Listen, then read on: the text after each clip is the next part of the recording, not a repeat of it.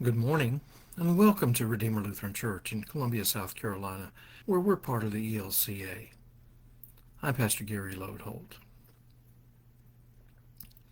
I recently found this article, The Rule of St. Benedict, written by St. Benedict of Nursia in 1,500 years ago, has instructions for a very specific role in the monastery, the porter in charge of answering the door. The porter's job is to open the door to the monastery when someone knocks. Not much of a role, you say? But there's so much more to it. One contemporary Benedictine author notes, the way we answer doors is the way we deal with the world. The porter is given very specific instructions. He is to sleep near the entrance to the monastery so he can hear and respond in a timely way when someone knocks. The porter is to offer a welcome, in Benedict's words, with all the gentleness that comes from the reverence of God and with the warmth of love. As soon as anyone knocks, the porter is to reply, "Thanks be to God. Your blessing, please." He is to say this before he even knows who's on the other side of the door. And then the porter is to make sure that the other monks know of the presence of a visitor in their midst so that they can join in extending a welcome. In contrast, the 20th century writer Dorothy Parker used to answer her telephone with this greeting: "What fresh hell is this?" How do you respond when someone knocks on the door of your church or home or life? Is it closer to "What fresh hell is this?" or "Thanks be to God"? The overall theme for our week is the biblical code of hospitality, and there's an overarching theme verse from Hebrews. Do not neglect to show hospitality to strangers, for thereby some have entertained angels unawares. Well, our Bible story today involves a time when exactly that happened. Here's the story when Abraham found himself entertaining God. The Lord appeared to Abraham by the oaks of Mamre as he sat at the entrance of his tent in the heat of the day. He looked up and saw three men standing near him. When he saw them, he ran from the tent entrance to meet them and bowed down to the ground.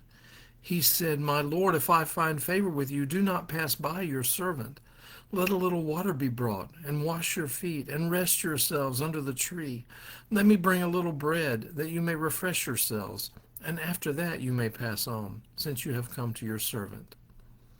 So they said, "Do as you have said." And Abraham hastened to the tent to Sarah and said, "Make ready quickly 3 measures of choice flour, knead it, and make cakes." Abraham ran to the herd and took a calf, tender and good, and gave it to the servant who hastened to prepare it. Then he took curds and milk and the calf that he had prepared and set it before them and stood by them under the tree while they ate. Now, this is an interesting story, and it goes on from there to describe how it turned out that this was God and 2 angels, and how God told Abraham and Sarah that they would have a child.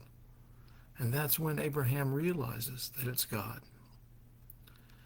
As we continue our in-depth focus on the code of hospitality in the Bible, and as we look at this story, one of the significant things to notice is that Abraham gave this hospitality before he knew that he was welcoming God. We might like to think that we would be hospitable and welcome God too, but Abraham didn't know it was God. If you pay attention to the story, Abraham goes out of his way to insist that he be allowed to show hospitality. He begged them to stop and receive his generous hospitality. He was urgent that he be allowed to do this. This hospitality was a powerful cultural thing in Abraham's day.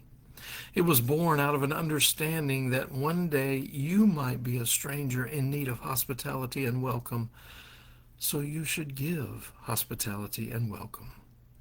In some ways, we might understand it as kind of a paying it forward.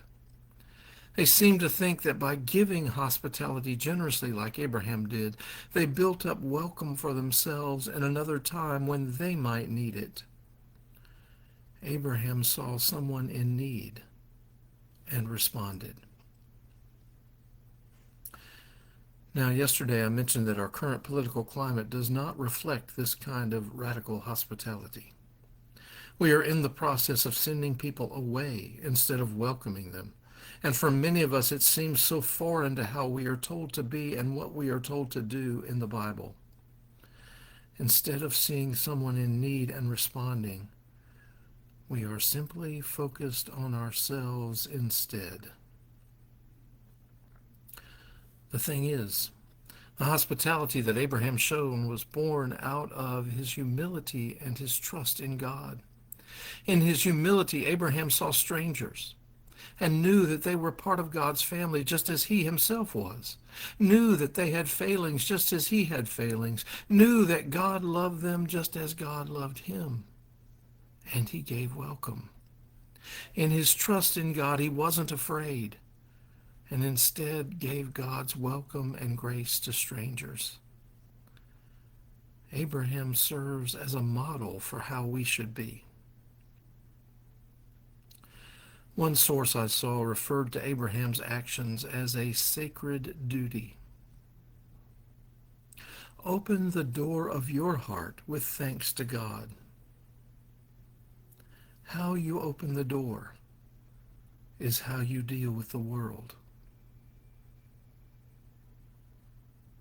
Thanks for watching, and remember to let this day belong to God.